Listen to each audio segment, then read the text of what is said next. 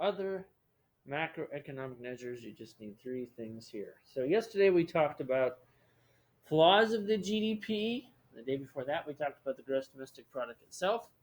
And so the question is, if there are flaws with it, then what else do we look at to make up for that?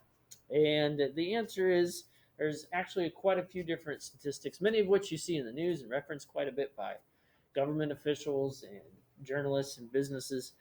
So here are some of the other things that we look at.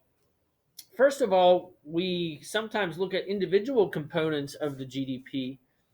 For instance, we look at real wages, so what wages are at, typically, especially on average in the United States, for example. And we also look at labor productivity. In other words, how productive is the average worker in a country in a given time, usually over a year. And then we also look at the amount of investment going on. How much are people saving? How much are they putting into the stock market? Bonds that are being purchased. And then, of course, the amount of government spending that's going on. So all of that are things that are taken into consideration when it comes to the gross domestic product, but we like to also look at the individual components as well. Another big one that we look at is inflation.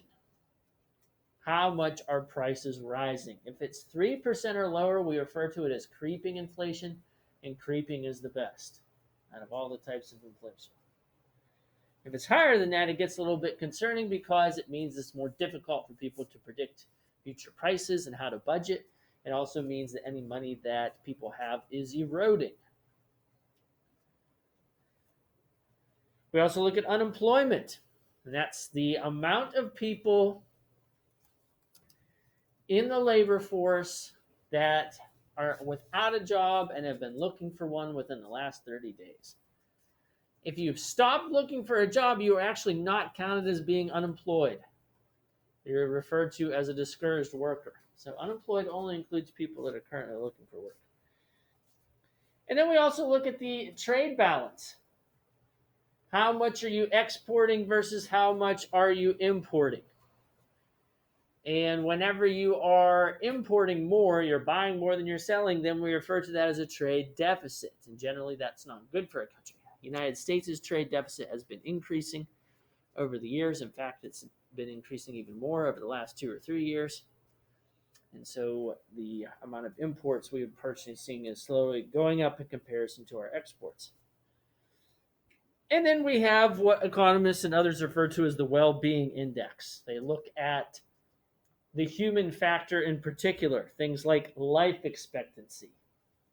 And the life expectancy in the United States is about 78 years on average, which is good for the world, but bad for industrialized countries. Also, things like infant mortality rate. Ours is also a little high for industrial countries. And things like satisfaction. There are surveys that go out to determine how satisfied people in a country are with their lives and standard of living. And we also look at environmental factors as well, such as not just what's going on, of course, naturally in the environment and what pollution levels are like, but also what kind of infrastructure or capabilities are available to people. How many cell phones are there per 1,000 people? How many airports are there in the country? All of those help determine exactly how well off a country is. So all those things can help us determine exactly how wealthy or how satisfactory, how high of a standard of living a country has, because the GDP doesn't always tell the whole story.